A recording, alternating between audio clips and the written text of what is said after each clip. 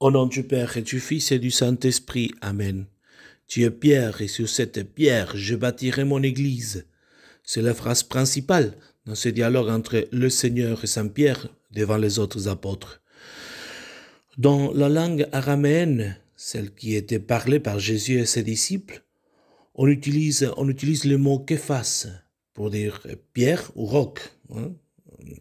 Soit le prénom, soit l'objet, la chose, le roc. Mais képhas est toujours un prénom masculin, un nom masculin. Tu es képhas, et sur ce képhas, je bâtirai mon église. En effet, le prénom képhas n'existait pas auparavant pour une personne. C'est le Seigneur qui l'a créé. Non plus le prénom Pétros, qu'on a traduit après dans les Grecs. Comme j'ai dit, c'est le Seigneur, dans la première fois dans l'histoire, pour la première fois dans l'histoire, qui crée, qui donne ce prénom à quelqu'un. Le Seigneur change donc le prénom de Simon pour celui de Pierre. Le premier des deux n'est presque plus utilisé. On n'utilise presque plus le prénom Simon. Déjà dans les Actes des Apôtres, le même Saint Paul préfère utiliser dans ses lettres même le prénom araméen Képhas pour désigner l'apôtre Pierre. Alors, pourquoi le Seigneur ne dit pas sur toi, Pierre, je bâtirai mon église, mais plutôt sur cette pierre? C'est parce que le Seigneur ne fait pas référence à la personne concrète de Saint Pierre, mais plutôt à la confession, la profession de foi qu'il vient de faire. C'est comme si le Seigneur disait, sur cette pierre inamovible et incorruptible de ta confession de foi, je vais bâtir mon église. Mais le Seigneur parle aussi à tous les hommes pour qu'ils comprennent où se trouve son église. Elle est fondée sur Pierre et ses successeurs. Comme dit le catéchisme de l'église catholique, Pierre, en raison de la foi confessée par lui, demeurera le roc inébranlable de l'église. Il aura la mission de garder cette foi de toute défaillance et d'y affermir ses frères. Une autre question qui appelle une réponse, c'est sur quel aspect agissent ces privilèges que Jésus donne dans l'évangile d'aujourd'hui à Saint Pierre. Pour le révéler, le Seigneur le fait à travers des images. La première, c'est l'image des clés. Nous avons une référence dans la première lecture de ce dimanche. Je mettrai sur son épaule les clés de la maison de David. Dans le langage biblique, qui est passé à notre langue aussi, avoir les clés signifie avoir un certain pouvoir, la gérance et l'administration. Pour l'Église, les clés sont devenues le symbole de Pierre, tandis que pour les autres apôtres, chacun d'eux a eu comme symbole l'instrument de son martyre. Pour Pierre, non, il y a les clés. Le pouvoir des clés désigne l'autorité pour gouverner la maison de Dieu qui est l'Église. Alors, il y a aussi le pouvoir des liés et déliés qui est utilisé dans un sens juridique.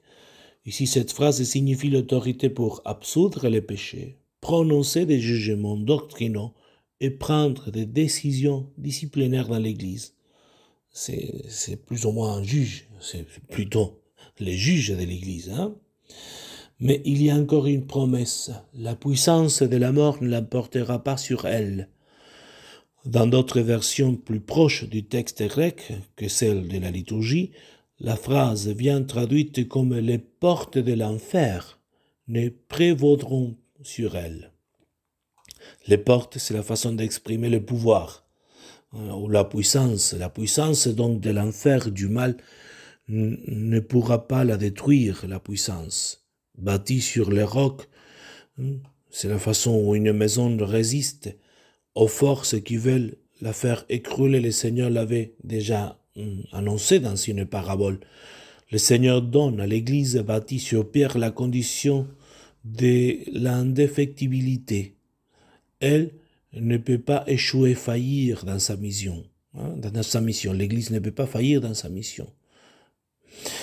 Comme conclusion, l'Église nous commande de croire donc que le pape, évêque de Rome et successeur de Saint-Pierre, est le principe perpétuel et visible. Il est le fondement de l'unité qui lie entre eux, soit les évêques, la communion des évêques, soit la communion des fidèles. Parfois, les membres de l'Église pensent que l'amour pour le pape vient à cause de ses qualités humaines. Nous devons l'aimer parce qu'il a des qualités humaines. Et la spontanéité, la gaieté, la joie, la communication. Mais il faut savoir qu'il réside surtout cet amour dans cette promesse du Seigneur.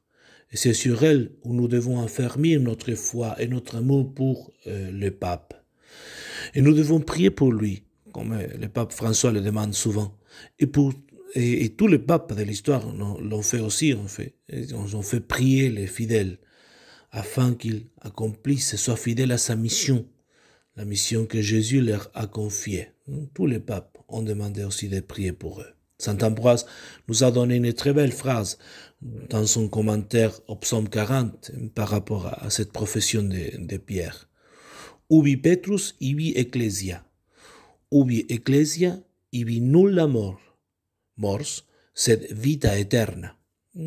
Là où est Pierre, là est aussi l'Église. Et là où est l'Église, il n'existe pas la mort, mais la vie éternelle. Que la très sainte Vierge Marie protège le pape et notre Église. Au nom du Père, et du Fils, et du Saint-Esprit. Amen.